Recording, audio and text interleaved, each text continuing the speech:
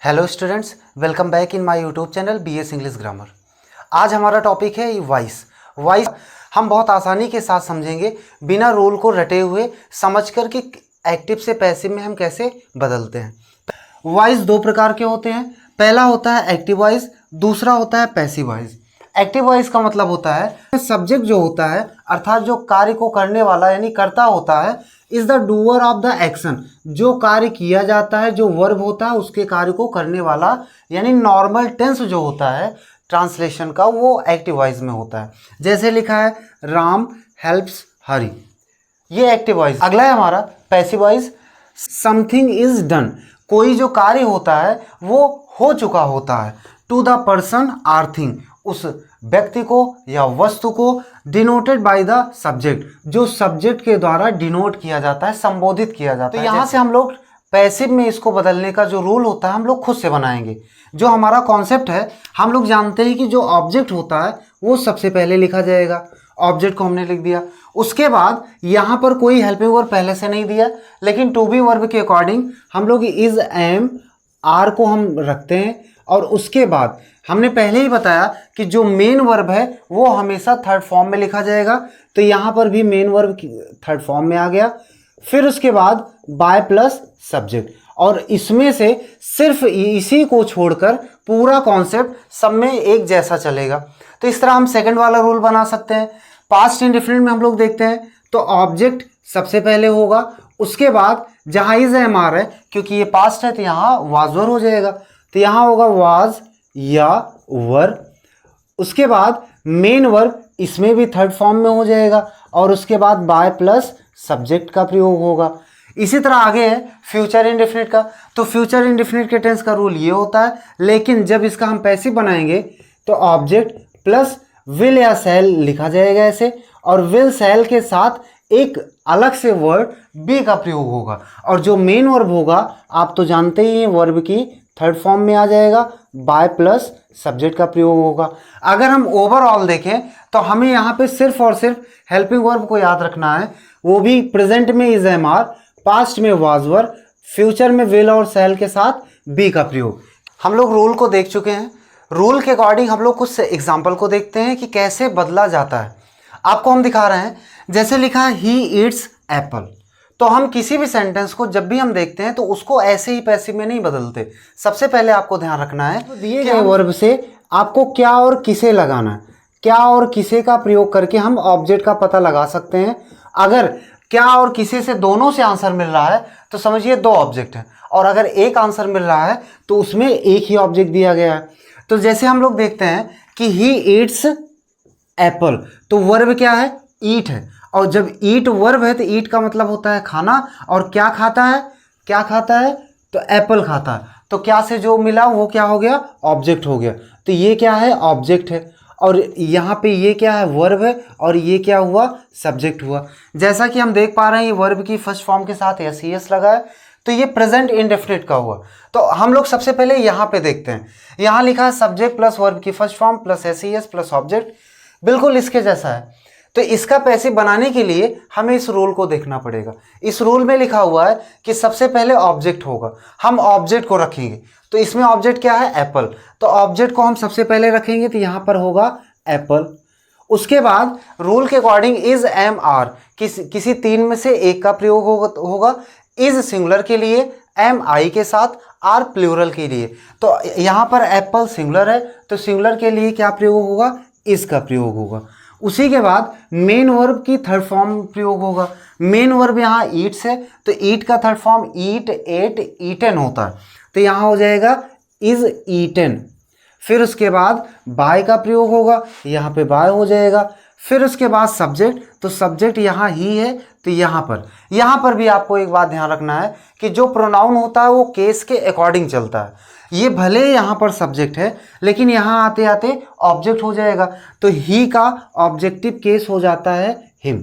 इसी तरह कुछ और भी प्रोनाउन है जिनका बदल जाता है। तो आपको ध्यान रखने वाली बात यह है कि अगर सब्जेक्टिव और ऑब्जेक्टिव केस दो प्रयोग हो रहे हैं, तो अगर आई है तो आई का मी हो जाएगा, वी का अस हो जाएगा, यू का यू ही रहेगा, ही का हिम हो जाएगा, सी का हर हो जाएगा, इट का इट ही रहेगा, दे का देम हो जाएगा। इतना आप ध्यान रखिएगा कि ये कोई भी प्रोनाउन अगर सब्जेक्टिव केस में आई है तो ऑब्जेक्टिव में जा रहा है तो मी, और ऑब्जेक्टिव में मी है तो आई, इसी तरह सारे बदल जाएंगे।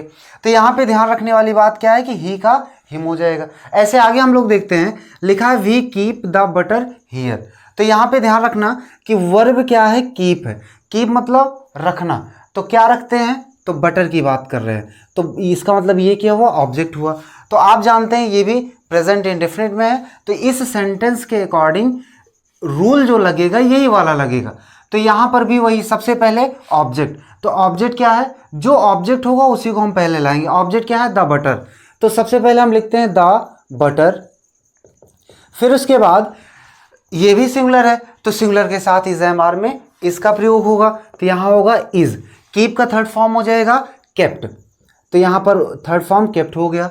फिर उसके बाद यहाँ पे जो बचा हुआ है हियर, उसको हम यहीं पर रख देते हैं, तो यहाँ हो जाएगा हियर। फिर उसके बाद रूल के अकॉर्डिंग बाय, तो यहाँ पर हो जाएगा बाय, और जो सब्जेक्ट है वो वी है, और इधर आएगा तो हम यहाँ देखते हैं वी का ऑब्जेक्टिव केस में अस हो जाएगा, तो यहाँ क्या लिखा जाएगा, अस। इसी तरह अगला है हमारा the dog chased the cat. तो जैसा कि हम जानते हैं ये सब्जेक्ट है, चेज्ड वर्ब की second form, the cat object है। तो यहाँ पर चेज्ड सेकंड फॉर्म है, इसके अकॉर्डिंग पास्ट इंडेफिनिट का रूल लगेगा, तो हम ये वाला रूल लगाएंगे। तो यहाँ पर सबसे पहले ऑब्जेक्ट लिखा जाएगा, तो ऑब्जेक्ट क्या है, द कैट, तो यहाँ पे हो जाएगा द कैट। रूल के according was were, was singular के लिए, वर प्लूरल के लिए, तो कैट सिंगुलर है तो यहाँ पर हो जाएगा was. Chased already second form third form एक जैसा होता है, तो इसका थर्ड फॉर्म हो जाएगा चेज्ड, वाज चेज्ड। फिर यहाँ पर बाय का प्रयोग होगा, सब्जेक्ट क्या है, द डॉग, तो ये सब्जेक्ट इधर आकर ऑब्जेक्ट बन जाएगा और लिख जाएगा द डॉग। इसी तरह अगला है हमारा he will finish the work in a fortnight. इसका मतलब हुआ कि वह एक पखवाड़े में, पखवाड़े का मतलब होता है 2 सप्ताह 14 दिन का समय, पखवाड़े में अपना कार्य समाप्त कर लेगा। तो यहाँ पर देखिए ही विल फिनिश, ये तो फ्यूचर इंडेफिनिट है, लेकिन इसमें ध्यान देना है कि ऑब्जेक्ट क्या है, तो फिनिश का मतलब समाप्त करेगा। क्या समाप्त करेगा, द वर्क, कार्य को समाप्त करेगा। बाकी ये अदर वर्ड है, इनको अभी हमें देखना नहीं, सबसे पहले हमें ऑब्जेक्ट को देखना है। तो ऑब्जेक्ट आगे आएगा तो हो जाएगा द वर्क। रूल के अकॉर्डिंग यहां पर विल और शैल में से कोई एक प्रयोग होगा, तो वर्क के साथ विल का प्रयोग होता है, तो यहां होगा द वर्क विल, और रूल में बी लगा है यहां पर भी लगा देते हैं, विल बी। फिनिश का थर्ड फॉर्म हो जाएगा फिनिश्ड, विल बी फिनिश्ड।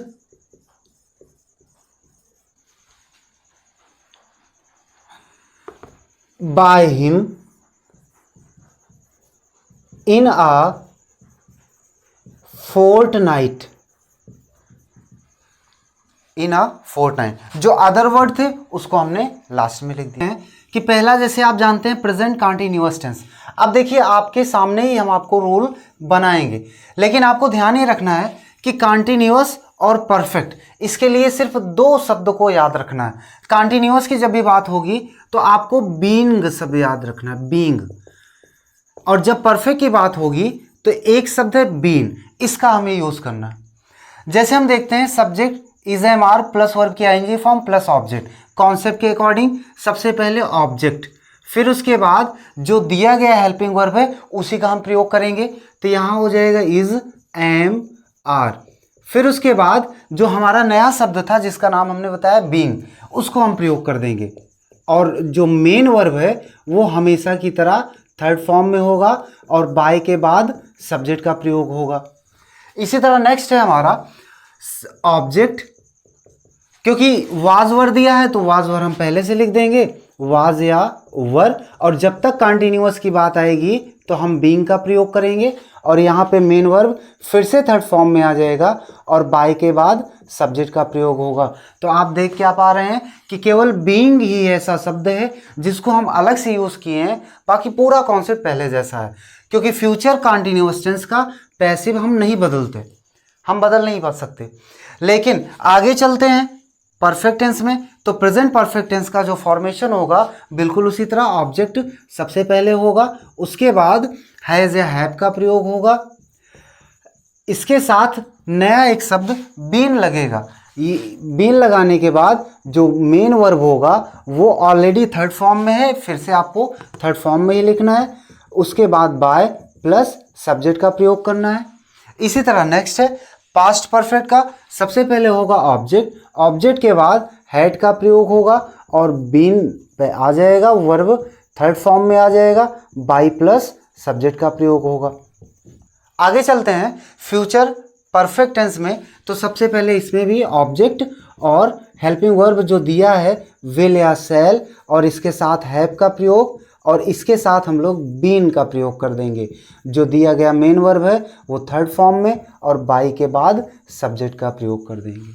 हम कहते हैं आप देखिए किसी भी टेंस में कोई चेंजेस नहीं है, जो टेंस दिया गया है उसको आप कॉपी कर लो, बस सब्जेक्ट ऑब्जेक्ट को इंटरचेंज करने के बाद। मेन वर्ब सब में थर्ड फॉर्म में, कंटिन्यूअस टेंस में बीइंग का प्रयोग और परफेक्ट टेंस में बीन का प्रयोग। तो यहाँ कह रहा है they are repairing the bridge, repairing का मतलब मरम्मत करना, क्या मरम्मत कर रहा है, ब्रिज, तो ये क्या हो जाएगा ऑब्जेक्ट, तो इसको हम सबसे पहले लिखेंगे, तो हो जाएगा द ब्रिज। ये सिंगुलर है तो सिंगुलर के अकॉर्डिंग इसका प्रयोग होगा, तो यहाँ हो जाएगा इज। रिपेयरिंग का थर्ड फॉर्म लगेगा, लेकिन उसके पहले हम बीन का प्रयोग करेंगे, तो यहाँ हो जाएगा बीइंग। रिपेयर का थर्ड फॉर्म हो जाएगा रिपेयर्ड बाय, दे का देम हो जाएगा।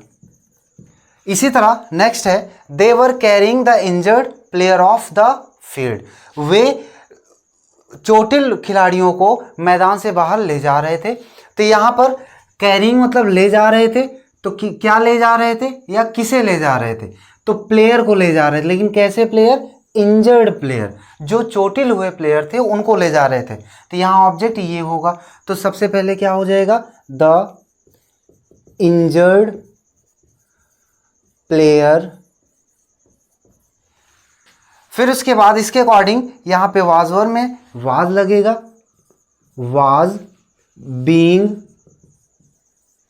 वर्ब की थर्ड फॉर्म कैरीड, जो ये वर्ब है इसमें आके लग जाएगा ऑफ द फील्ड बाय, दे का देम हो जाएगा। दरअसल यहाँ पे ये ऑफ जो है ये वर्ब के साथ आकर फ्रेजल फॉर्म में बन गया है, तो इसके कारण carried of the field by them का प्रयोग हुआ है। लेकिन इसके साथ आप ये भी ध्यान रखिएगा, कभी कोई सेंटेंस इंट्रोगेटिव या नेगेटिव में आ जाए तो हमें उसको आसानी के साथ बनाना है, जिस फॉर्मेट में वो दिया है उसी फॉर्मेट में हम इसको बना देंगे। जैसे लिखा है वाज जॉन प्लेइंग टेनिस, तो जैसे ये इंट्रोगेटिव में है, हेल्पिंग वर्ब बाहर है, तो हम भी जब बनाएंगे तो हेल्पिंग वर्ब बाहर आकर इंट्रोगेटिव में हो जाएगा। तो हम लोग जानते हैं ऑब्जेक्ट क्या है, टेनिस, तो यहाँ टेनिस के अकॉर्डिंग वाज ही लगेगा, तो इसको हम पहले ही रहने देते हैं, तो वाज टेनिस। इसके बाद जो फॉर्मेशन है वो फॉर्मेशन में आप देखेंगे तो यहाँ पे बीइंग लगेगा, तो बीइंग अपनी जगह पर ही रहेगा, बीइंग, वर्ब थर्ड फॉर्म में हो जाएगा प्लेड बाय जॉन।